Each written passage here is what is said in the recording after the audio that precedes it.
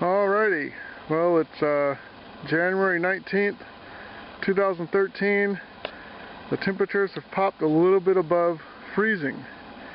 So I'm going to take this opportunity to check on some hives and do some additional feeding. I've got two types of feed up there. One is a sugar water honey mix, the other one's just dry sugar, so mountain camp feeding. Mix both in so they can access the moist honey sugar right now, and then the mountain camp will take them a couple days till the moisture builds up. I've checked in the hives recently and I'm already aware I have two dead outs already.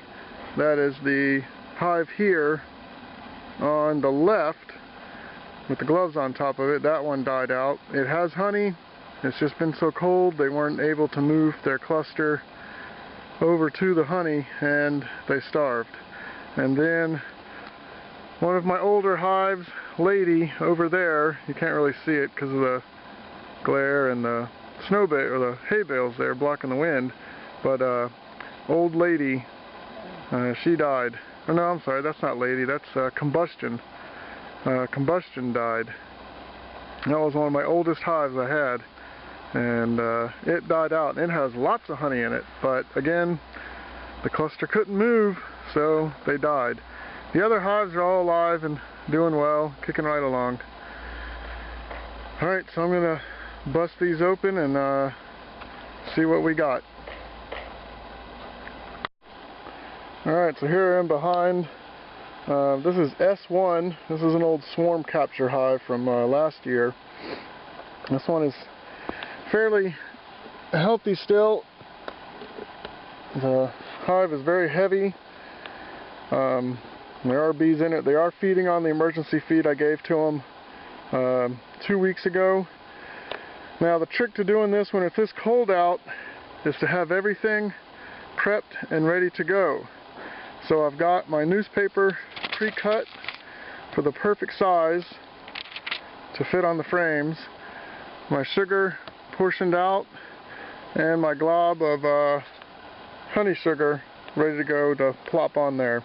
So the trick is pop the hive open, get a quick look in there, throw the newspaper on, dump the sugar on, dump the honey glob on, and go. So I'm going to get ready to do that and I'll record it for you guys.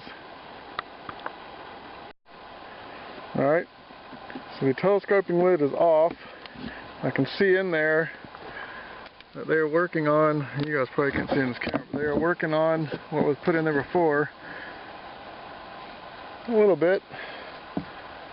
Not crazy active.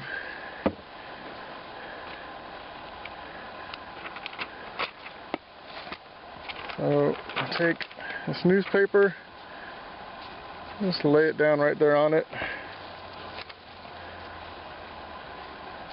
And just dump the sugar right on top. This is about 4 pounds of sugar here. Just dry granular sugar. Absolute emergency last ditch feed. And swing over here, grab a nice glob of this.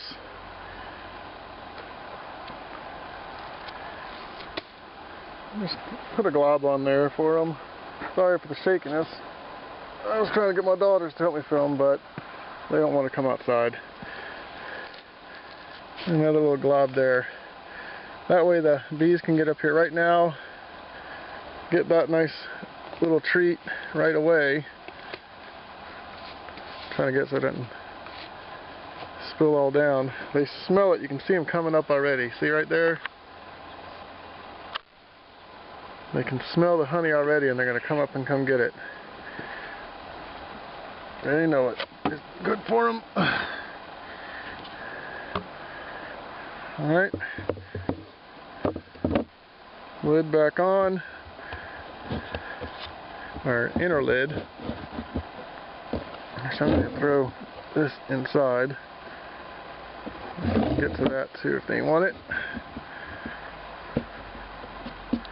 I'm of the logic of give the bees all the stuff they need and they'll take and use what they want. Alright, so that's that. I got to do it a couple more times. The advantage of this sugar is also that sugar is a desiccant, or I think it's a hydro something or other word. It absorbs moisture. So the moisture that this hive creates will be absorbed by that sugar. And that same moisture is what makes it so the bees can actually eat it. They can't eat the sugar actually in its dry granular form, but once the moisture gets to it, it's kind of counterintuitive because it actually makes it solid, but for some reason that makes it so they can eat it. I'm sorry, my filming's kind of so monotone, just focusing on that one pile there like that as I explain that. But that's how she works. So I will do the next couple ones and get these hives going. Then I'll show you the breakdown of these dead outs.